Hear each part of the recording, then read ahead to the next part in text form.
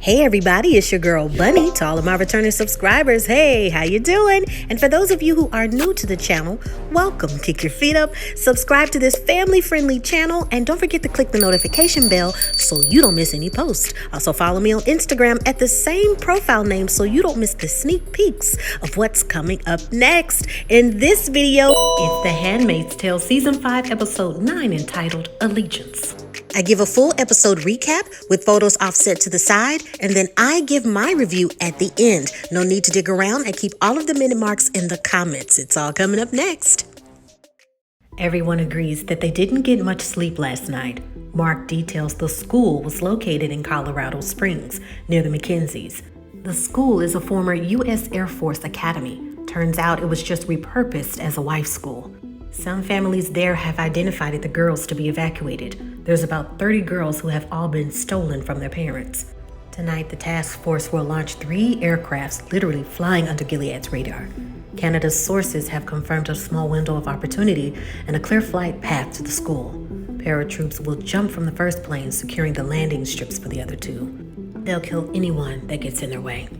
Commander Elijah Vance is introduced to Luke and June. The commander is thanked for his hard work, and they're grateful. Commander Vance has heard of June's work, and Hannah goes by Agnes McKenzie in Gilead. The elite unit has done their homework. June tries to inform Commander Vance that the girls will be afraid when they arrive, but he assures that he understands. He has a child of his own in Toronto, Emma, the love of his life.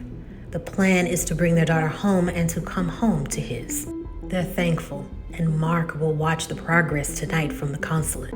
It will be a live feed, but June and Luke want to watch the feed as well, but Mark doesn't think that's a good idea. None of the other families can view it, although June presses that none of the other families provided the information that they did. They deserve to view everything. Mark will see what he can do. Luke and June head home, and the sounds of jets flood the sky. Serena takes photos with her baby Noah. Mrs. Wheeler wants the photos to be perfect. It's the first thing that guests will see when they come to the center. Serena wonders if it would be more effective if she were to be there in person to greet the donors and supporters. The commander sent her to be the representative for the Republic. Mrs. Wheeler won't have it. He will be exposed to an overwhelming amount of germs. Serena is a guest while in Toronto under their supervision, and her husband doesn't answer to those commanders. What Serena should do is pump milk so her smart little boy can have some for later. He got used to the bottle while she was in the detention center. Serena begins to defend the situation with anger, but then shows restraint, saying, "Okay, blessed be." Lawrence has a meeting with Mrs. Putnam, and Aunt Lydia is there for support. Lydia thinks that he's doing what's good for the furtherment and development of Gilead. She's happy to serve. When Mrs. Putnam arrives, she's shockingly upbeat and greets them with kind words.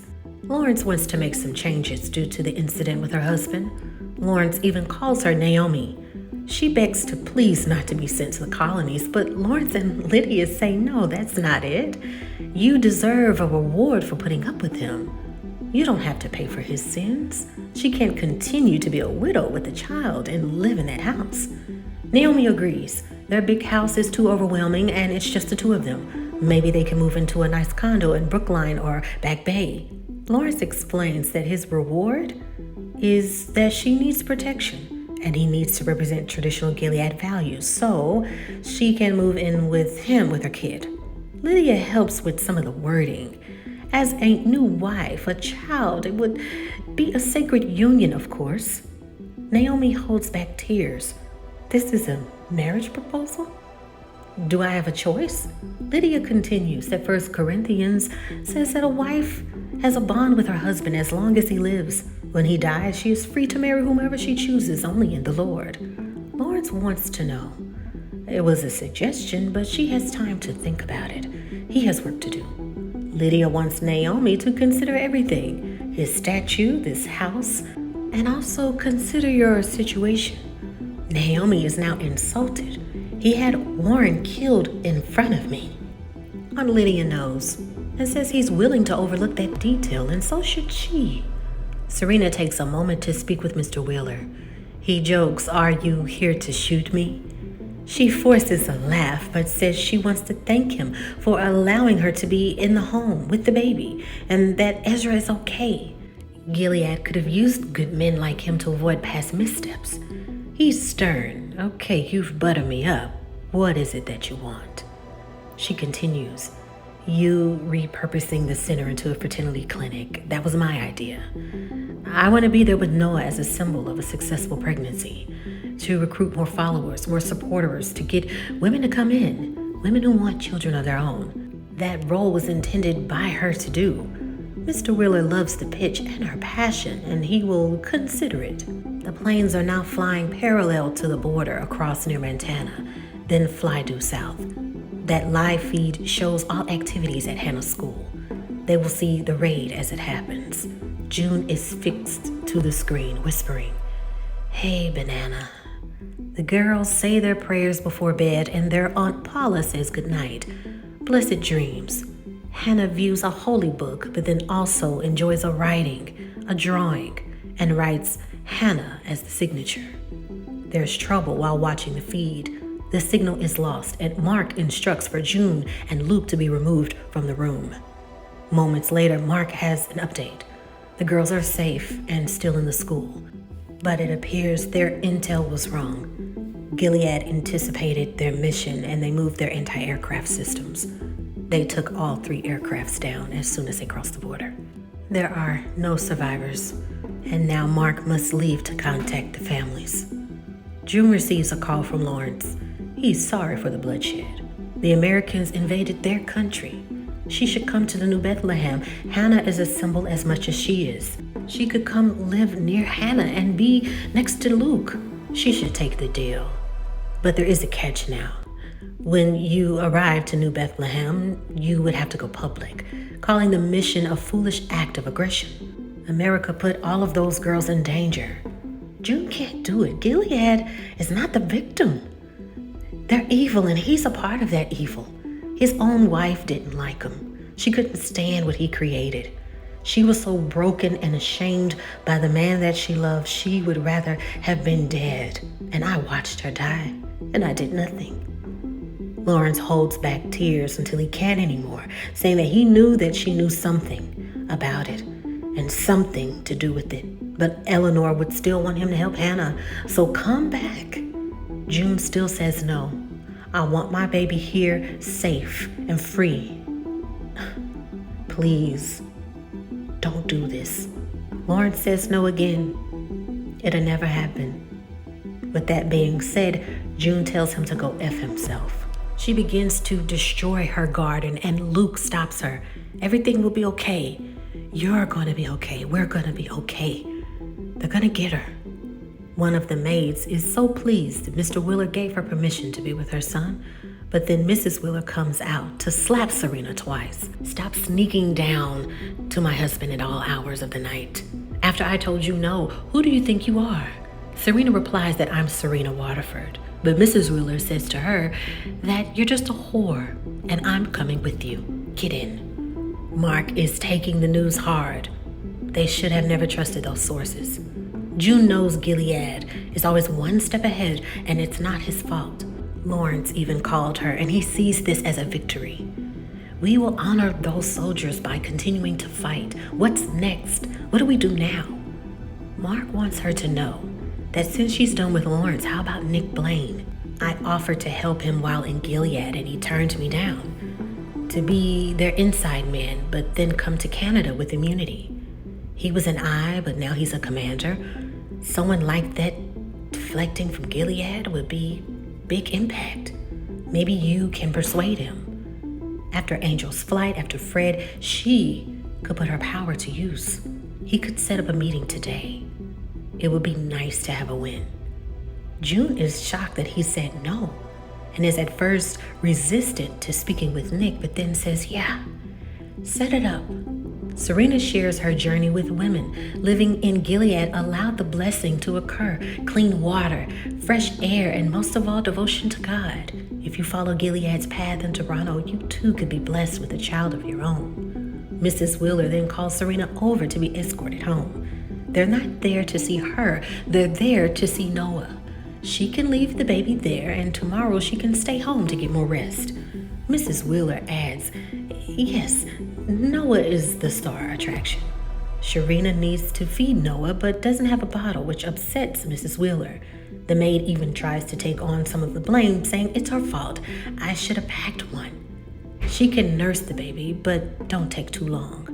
Serena then goes to the back area to nurse and asks the maid for privacy. Serena even thanks her for helping with some of the blame earlier. Serena sees an opportunity, an exit, then begins to run outside, even into traffic to the street, asking cars to please stop. She hardly gets hit by a Jeep and pleads, please help me and my son. Once she gets into the vehicle, Serena lets the stranger know, this is urgent, please, just drive, just go. June meets with Nick at their usual secret place. She can't believe he said no to Mark's offer. He wishes that she said yes to Lawrence's offer. He can't just get up and go. He has a wife. Her father is the top commander there, and Gilead is Rose's home. June can't just pick up and go either. She has Luke and Nicole. What's going to happen when they want Nick to have a baby? Then Nick breaks the news. Rose is pregnant. Gilead is changing their progress under Lawrence, and we are making things better. I'm doing what I need to do to protect my family, just like you. June wants what's best for all families. And the world is a mess. She wishes the world would just go away for a little bit.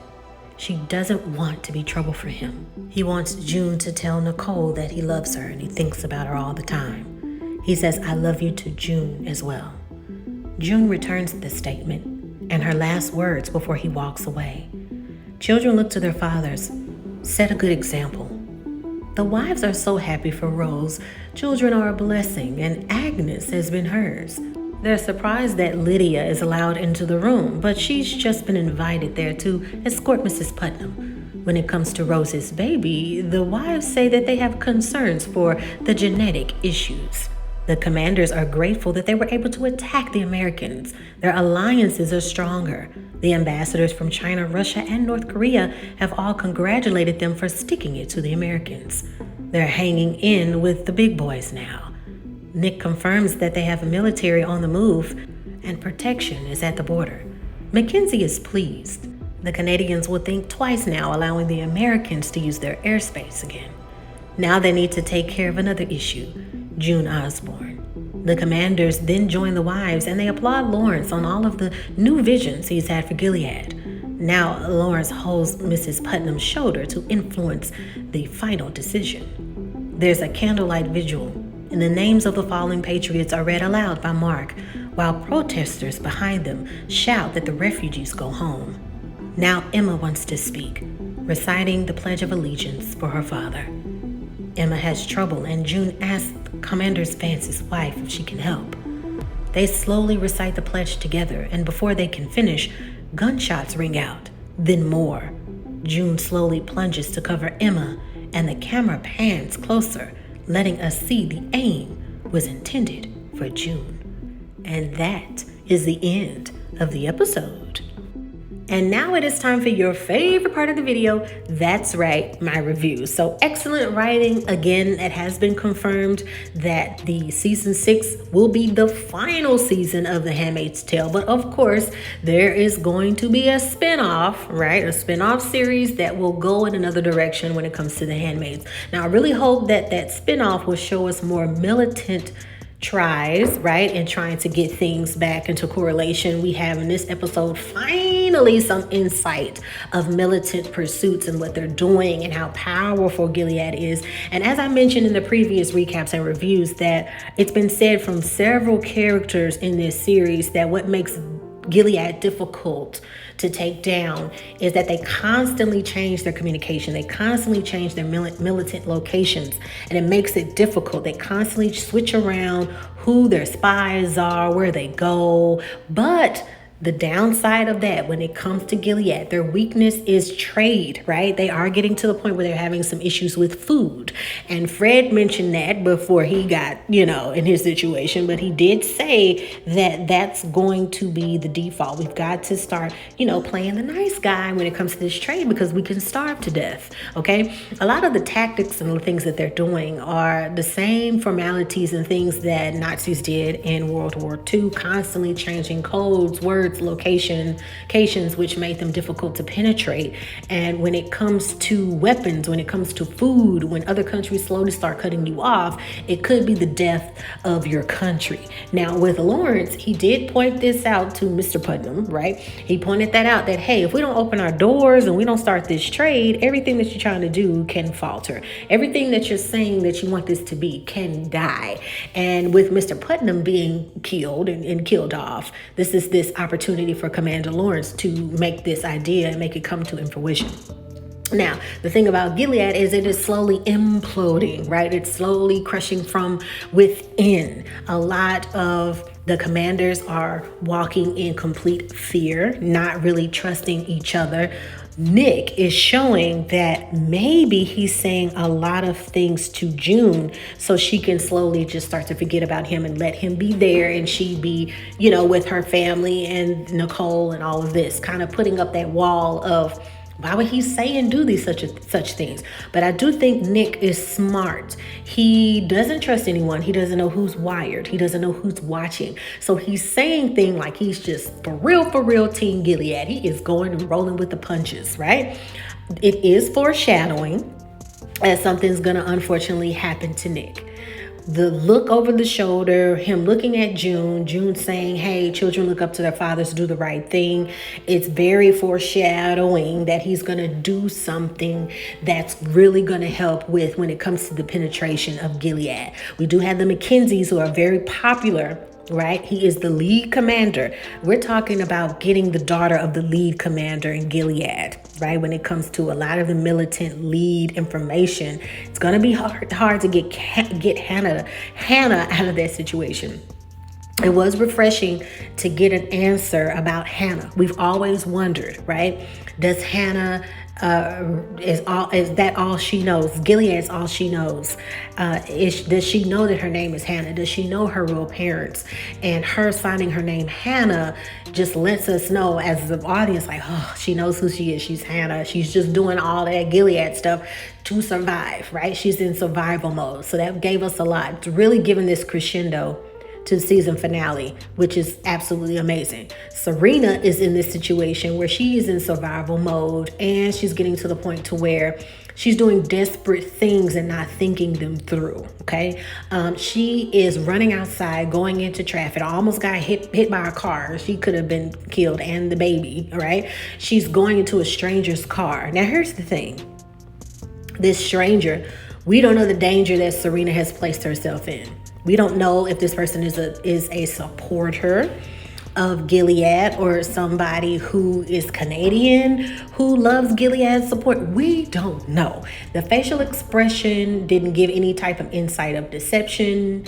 It was just shock, right? Was it the shock of, oh my goodness, is that Serena? Is it the shock of, oh my goodness, it's a random lady with a baby? We don't know. I honestly think Serena put herself in even more danger, and she can even be a ransom, right? A lot of people there want a baby. So they could steal her baby. They could, get rid of Serena. We don't know. And that is this just like, the nail biting question. Now, the good thing about season 6 and what we're going into is that the episodes are an hour long and gives us a lot of time to get a lot of information. With season 6, it could give us closure even if you don't want to watch the spinoff. That would be excellent writing. If the spinoff is a hard correlation rolling into it, A lot of people may be upset about that because if people feel I don't want to watch the spinoff, I just want this story to give me some type of insight of hope for the characters, an idea of what the future may hold. That to me is more feasible and it makes more sense, right? You should give me a choice as the viewer. Do I really want to watch this, right? Good example, Walking Dead and Fear the Walking Dead, right? I can watch one and really not the other. I have an idea what they both mean, but I really don't have to watch this other one. That would make sense for them to do that with The Handmaid's Tale and the spinoff. Give me a choice if I want to watch the spinoff. Now, of course, they're going to give some hard correlation when it comes to all those children. When it comes to war, June is even in more danger than ever. We don't know if the shooter is a supporter of Gilead, and we don't know if that person was hired by people in Gilead or was just some random person with this terrorist attack. We don't know. Very, very dangerous. The Canadians, they're really upset. The Americans, what is their militant insight? I really hope for season 6 that we will start to see that. I have been asking for the longest. So when are we going to see more militant stuff? Now, the commanders did say in their brief meeting that we got Russia and all these other, places and countries telling us, oh, good, you stuck it to the Americans, right? We don't know if they're really their alliance. We don't know if they're really their allies. Could they be telling Gilead that just to get in good faith so they can penetrate Gilead as well? Who knows? Because Hannah's faking it. Is Nick really faking it? Those other countries could be faking it just to get a piece of Gilead so they can get in, destroy it and just move out. Who knows? Amazing writing with this episode. When it comes to the military plan, I said in the last recap and review, highly likely that this won't work. It seems a little bit too easy, and Gilead is just a little too smart to be taken down by a few jets and going to a school, right?